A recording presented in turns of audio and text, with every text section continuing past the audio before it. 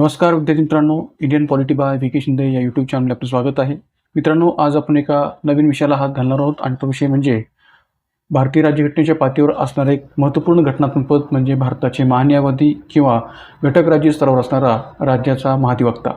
या दोन्ही घटनात्मक पदांच्या प्रश्नातून एक महत्त्वपूर्ण असा प्रश्न वारंवार आपल्याकडे परीक्षेमध्ये विचारला जातो. त्या प्रश्नाची उकल आज आपण या व्हिडिओच्या माध्यमातून करणार आहोत. मित्रांनो, आपल्याला माहीत असेल की या ठिकाणी भारतीय राज्यघटनेच्या स्तरावर किंबहुना या ठिकाणी महान्यायवादी किंवा महाधिवक्ता असा आपण जेव्हा विचार करतो तेव्हा या दोन्ही पदांचं महत्त्व हे आपण नाकारू शकत नाहीत. विशेषतः जेव्हा आपण संयुक्त गट ब, गट क पूर्व परीक्षा आणि इव्हन राज्य सेवा पूर्व परीक्षा या सर्व परीक्षांच्या पातळीवर विचार केला तर या दोन्ही पदांविषयीच्या प्रश्न विचारण्याचं प्रमाण हे MPSC कडून अधिकाधिक असतं. हे जर तुम्ही या ठिकाणी मागच्या प्रश्नपत्रिका पाहिल्या किंवा PYQ पाहिले तर तुमच्या सहज लक्षात येईल. आपल्याकडे संयुक्त गट ब, गट क पूर्व परीक्षेमध्ये हमखास महान्यायवादी किंवा महाधिवक्ता या दोन्ही प्रकारच्या कन्सेप्टवर प्रश्न विचारला जातो. हे तुम्ही मागच्या प्रश्नपत्रिका पाहिल्या तर सहज लक्षात येईल.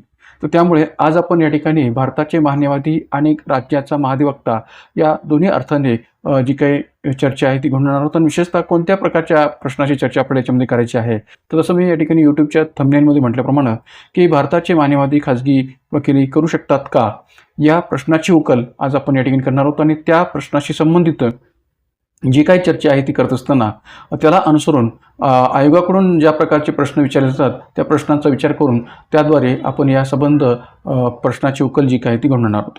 मित्रांनो, या ठिकाणी या व्हिडिओमध्ये आपण काही प्रश्न पाहणार आहोत. त्या प्रश्नांच्या बाबतची जी काही स्पष्टीकरण किंवा प्रश्नाच्या बाबतचं जे काही या ठिकाणी चर्चा आपण घडवणार आहोत त्यातूनच आपल्याला या संबंध विचारल्या गेलेल्या प्रश्नाचा संदर्भ जो काय तो घ्यायचा आहे.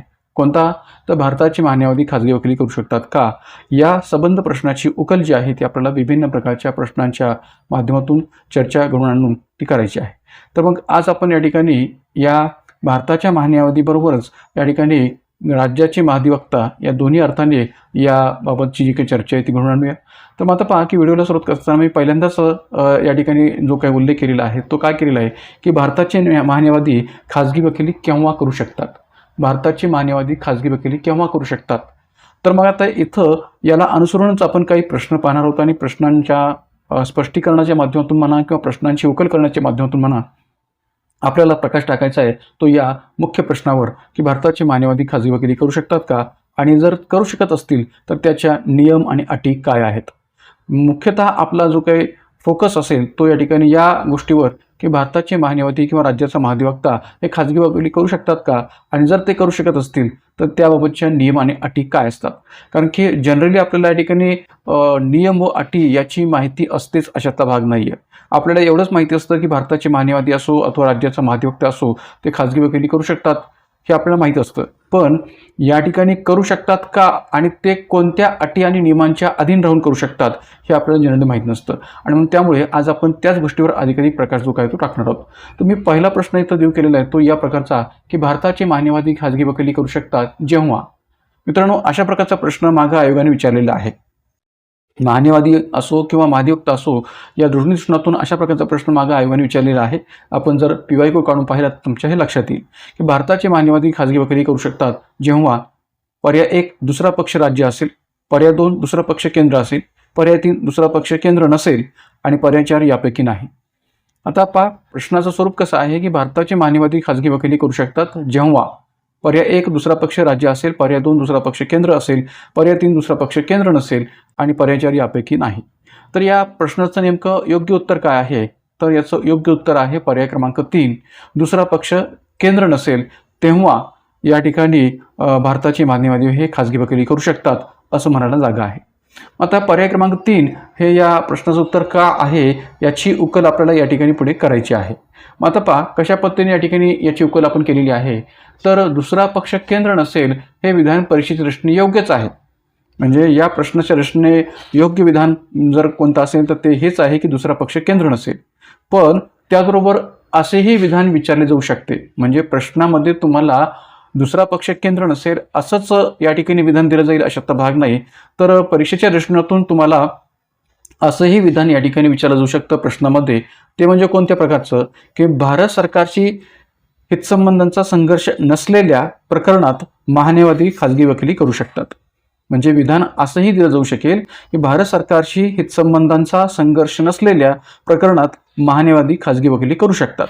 मग आता असा विधान देऊन सुद्धा प्रश्न जर विचारला गेला तर आपल्याला हे माहिती असलं पाहिजे की या ठिकाणी महान्यायवादी कोणत्या परिस्थितीमध्ये खाजगी वकिली करू शकतात. तर भारत सरकारशी हितसंबंधांचा संघर्ष नसलेल्या प्रकरणात महान्यायवादी खाजगी वकिली करू शकतात. मात्र भारताचे महान्यायवादी हे पूर्ण वेळ सरकारी कर्मचारी असतात का? तर नाही. म्हणजे आता पहा की आपल्याला या ठिकाणी हे शोधायचे आहे की भारताचे महान्यायवादी हे खाजगी वकिली करू शकतात का? तर हो, करू शकतात.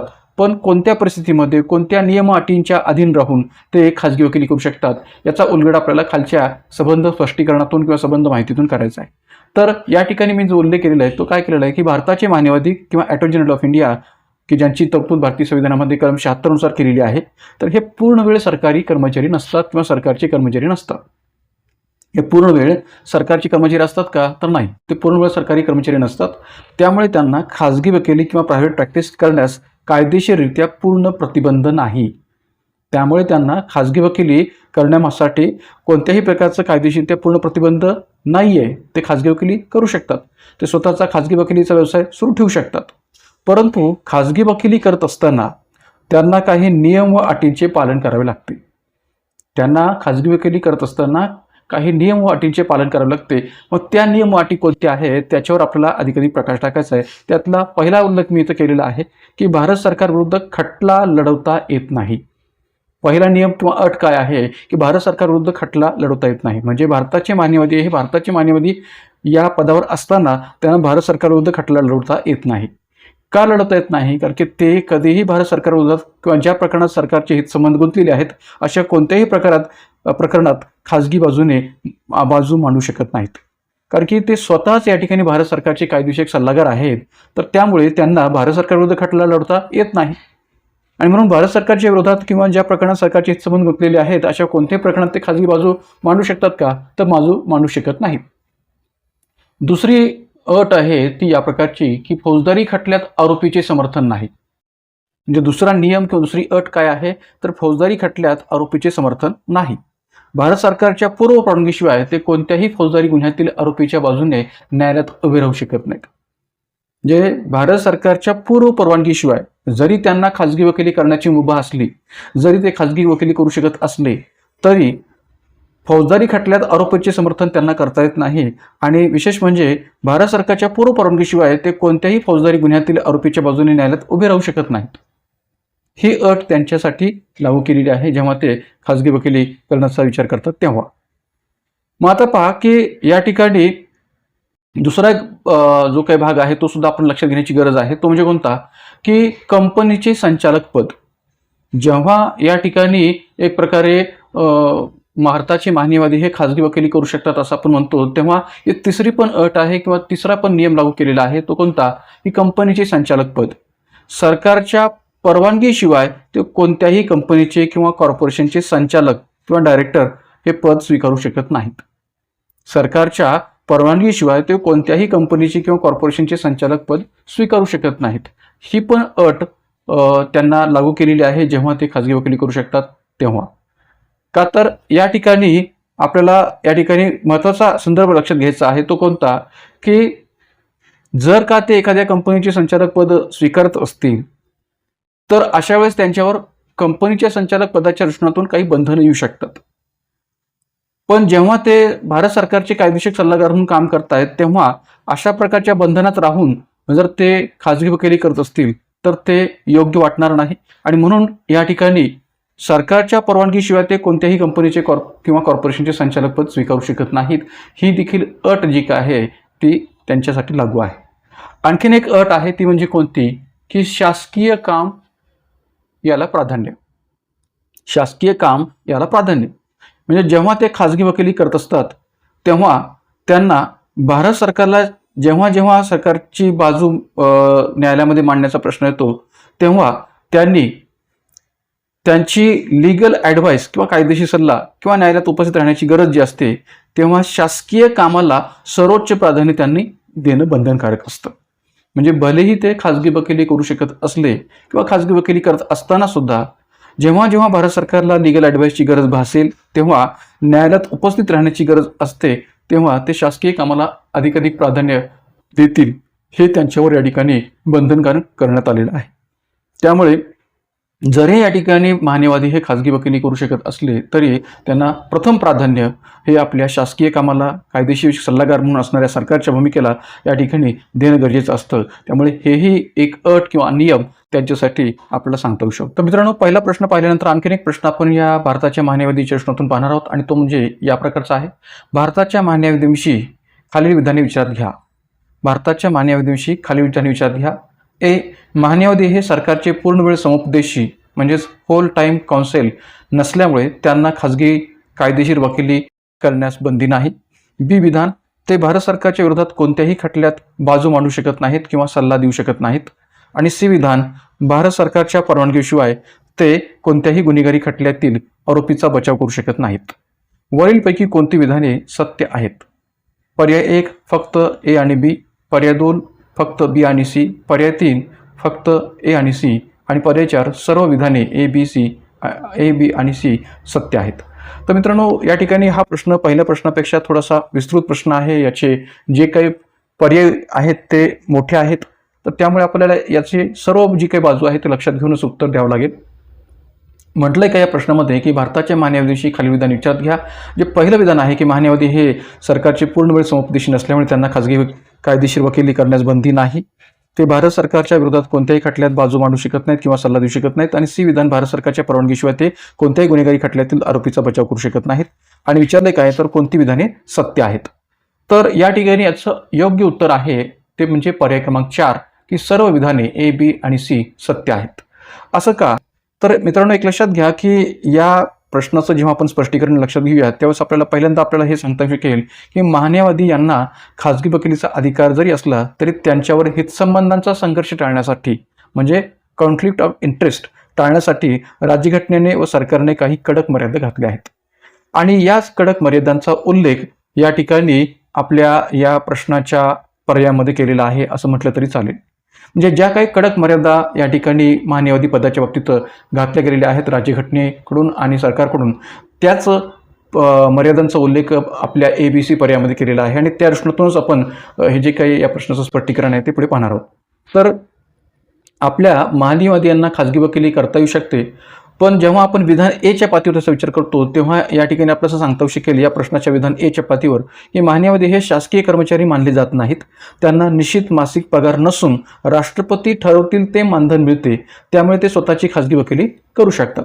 म्हणजे या प्रश्नातलं जे ए विधान आहे त्या ए विधानाचा विचार करता आपल्याला काय स्पष्टीकरण देता येईल की महान्यायवादी हे शासकीय कर्मचारी मानले जात नाहीत आणि त्यामुळे त्यांना निश्चित असं मासिक पगार नसतो किंवा नसून राष्ट्रपती ठरवेल ते मानधन जे काय ते त्यांना मिळतं, त्यामुळे ते स्वतःची खाजगी वकिली करू शकतात असं म्हणायला जागा आहे. नंबर 2चं जे काही बी विधान आहे त्या बी विधानाच्या दृष्टीने स्पष्टीकरण आपल्याला असं देता येईल की सरकारच्या विरोधात खटला लढण्यास बंदी. खाजगी वकिली करत असताना ते भारत सरकारच्या विरोधात कोणत्याही प्रकारचा जो काही खटला आहे तो लढू शकत नाहीत किंवा कोणत्याही व्यक्तीला सल्ला देऊ शकत नाहीत किंवा कोर्टात सरकारच्या विरुद्ध असे उभे राहू शकत नाहीत.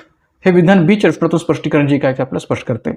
आणि जेव्हा आपण विधान सीचा विचार करतो की गुन्हेगारी खटल्यांसाठी परवानगी आवश्यक, जर का या ठिकाणी महान्यायवादींना एखाद्या गुन्हेगारी खटल्यातील आरोपीची बाजू कोर्टात मांडायची असेल तर त्यांना भारत सरकारची परवानगी घेणं हे बंधनकारक असतं.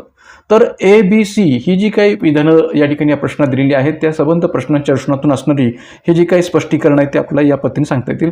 आणि याशिवाय जसं मी मागाशी अगोदरच्याही प्रश्नाच्या म्हटलं होतं की कंपनीचे संचालकपद त्यांना एक प्रकारे स्वीकारता येत नाही किंवा ते स्वीकारू शकत नाहीत. भारत सरकारच्या परवानगीशिवाय ते कोणत्याही व्यावसायिक किंवा कंपनी किंवा कॉर्पोरेशनचं संचालकपद डायरेक्टरपद ते स्वीकारू शकत नाहीत. तर एकंदरीत या दोन्ही प्रश्नांचा जर आपण विचार केला तर आपल्याला असं म्हणता शकेल की महान्यायवादी खाजगी वकिली करू शकतात, पण त्यांची खाजगी प्रॅक्टिस सरकारी कर्तव्यांच्या आड येता कामा नये. म्हणजे भारताचे महान्यायवादी हे जरी खाजगी वकिली करू शकत असले तरी त्यांची खाजगी प्रॅक्टिस, खाजगी वकिली व्यवसाय हा सरकारी कर्तव्यांच्या आड येता कामा नये याची काळजी त्यांनी घेतली पाहिजे हे इथं आपल्याला सांगता येऊ शकेल. आणि मग त्याच पद्धतीने आपण महाराष्ट्राच्या महाधिवक्त्याच्या बाबतीतसुद्धा किंवा राज्याच्या महाधिवक्त्याच्या बाबतीतसुद्धा विचार करू शकता की महाराष्ट्र किंवा राज्याचे महाधिवक्ता खाजगी वकिली केव्हा करू शकतात. तर जो फॉर्म्युला किंवा जो संदर्भ आपण या ठिकाणी भारताचे महान्यायवादी याच्या बाबतीत लागू केला तशाच प्रकारचा संदर्भ आपण महाराष्ट्र किंवा राज्याचे महाधिवक्ता यांच्यासाठी सुद्धा विचार घेऊ शकतात की महाराष्ट्र किंवा राज्याचे महाधिवक्ता यांची तरतूद भारतीय संविधानात कलम 165 नुसार नमूद केलेली आहे, तर ते राज्याचे सर्वोच्च कायदेशीर अधिकारी असतात. ते पूर्ण वेळ शासकीय कर्मचारी वा शासनाचे केवळ वेतन व भत्ता घेणारे अधिकारी नसतात. म्हणजे ज्या पद्धतीने भारताचा महान्यायवादी हा केंद्र सरकारचा पूर्ण वेळ कर्मचारी नसतो, त्याच पद्धतीने राज्याचा महाधिवक्ता देखील शासकीय कर्मचारी नसतात, केवळ वेतन भत्ता घेणारे अधिकारी नसतात. त्यामुळे त्यांना खाजगी वकिली करण्यास पूर्णपणे प्रतिबंध जरी नसला तरी त्यांना काही विशिष्ट अटी आणि मर्यादांच्या अधीन राहूनच खाजगी वकिली करता येते. म्हणजे भलेही त्यांना खाजगी वकिली करता येत असली तरी काही नियम अटींचा विचार करूनच ती खाजगी वकिली करता येते. जसं महाराष्ट्र शासन किंवा राज्याच्या हितसंबंधांच्या विरोधात त्यांना जाता येत नाही.